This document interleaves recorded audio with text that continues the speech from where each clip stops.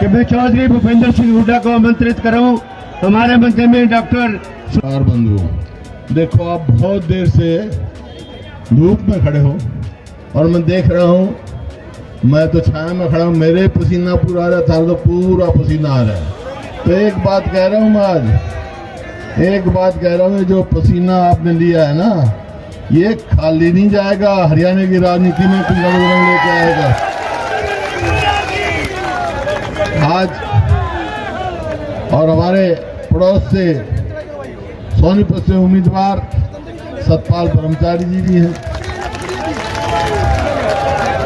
इन्होंने बहुत सेवा करी हरिद्वार में, मैं बहुत बार जाता रहता वहाँ। जब मेरे गंगा में मैं डूबा था तो भाई इनने बहुत मेरा ख्याल रखा था वहाँ पर, ब्रह्मसूत जी ने और सतपाल जी ने, दोनों ने। तो ये आज आए हैं। देखिए, हम सब आए हैं आपसे निवेदन करने के लिए कि लोकसभा का इलेक्शन, और जैसा मैंने कहा, यहाँ कम्युनिस्ट पार्टी के भी नेता हैं, कांग्रेस के भी हैं, आप पार्टी के भी हैं, और पूरे देश में है। एक अलायंस बना है, बहुत मजबूत अलायंस बना है। तो क्यों बना है, उसका क्या मकसद है? उसका मकसद केवल एक है, नहीं तो सब अपनी अपनी पार्टी खुद में समक्ष हैं, अलग अलग लड़ सकती थी, लेकिन सब अलायंस बन के, गठबंधन बन के लड़ रहे हैं। क्यों?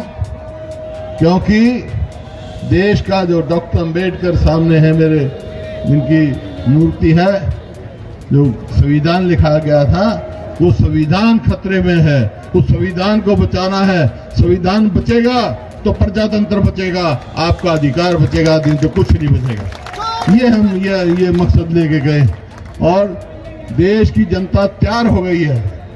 मैं तो हरियाणा में घूमा हूँ, बाहर नहीं गया, लेकिन जहाँ गया हूँ बहुत जन समर्थन मिल रहा है। और जहाँ तक लोकसभा के चुनाव का सवाल है, और जैसा दीपेंद्र ने कहा, रोहतक की लोकसभा का सवाल है, ये केवल एक लोकसभा का एमपी बनाने का सवाल नहीं है।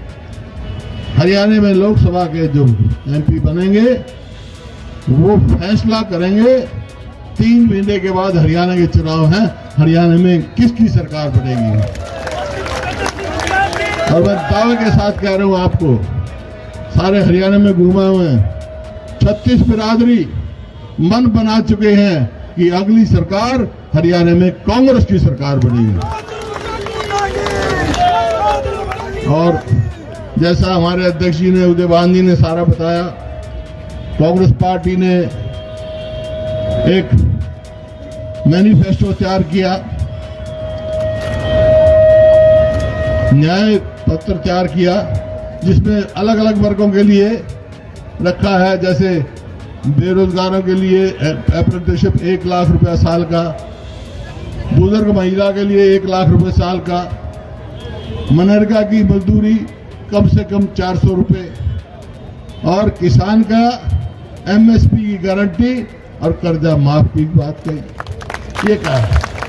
तो भाई ये तो सारी बात बता दी। ये जो है पत्र आपके पास पहुंच जाएगा, घर घर तक पहुंचाना भी है। लेकिन मैंने जैसे कहा, अकेला लोकसभा का नहीं है, ये हरियाणा में सरकार बनाने का भी है। और हमने कहा कि हरियाणा में सरकार बनी तो भाई हम क्या करेंगे, 5-4 मोटी मोटी बात बता दूं, क्योंकि मेरे मन में टीस है कि 2014 में जो मेरा हरियाणा प्रदेश प्रति व्यक्ति आय, प्रति व्यक्ति निवेश, नौकरी देने में, कानून व्यवस्था में, खेल और खिलाड़ियों में नंबर 1 प्रदेश था पूरे देश में। आज 10 साल में इन्होंने कहां पहुंचा दिया।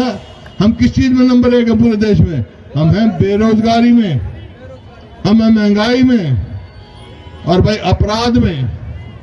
और खेल और खिलाड़ियों को देख लिया, हमारी बहन बेटियों की, जो पहलवान बेटी है, जो कितना सम्मान ले गए थे, क्या उनसे सलूक किया, सड़कों पे बैठना पड़ा। तो ये तकलीफ है मेरे को, इस प्रदेश को बर्बादी की ओर ले गए। तो भाई लेकिन हम आप यहाँ से जिता के भेजोगे और लोकसभा में, तो उसके बाद हरियाणा में सरकार बनी तो हम क्या करेंगे? 4-5 बात कह रहा हूं आपको। एक तो भाई बुजुर्गों की पेंशन 6,000 रुपए करेंगे, श्री भूपेंद्र सिंह हुड्डा की और 300 यूनिट बिजली फ्री करेंगे। और गैस सिलेंडर की कीमत 500 रुपए से ज्यादा नहीं होगी। 100 रुपए न 500 रुपए का 100 गज के प्लॉट जो इन्होंने बंद कर दिए, हमने 4 लाख प्लॉट देने, एक दिया हो तो बता दो, गांव का नाम बता दो, आदमी का नाम बता दो, वो फिर देंगे, वो उनको देंगे। और भाई आज जो मैंने कहा बेरोजगारी में नंबर 1 है, 2 लाख पक्की नौकरी हरियाणा में खाली है और 30 लाख केंद्र में खाली हैं। भाई हरियाणा में कांग्रेस की सरकार आएगी तो 2 लाख नौकरी देंगे पक्की।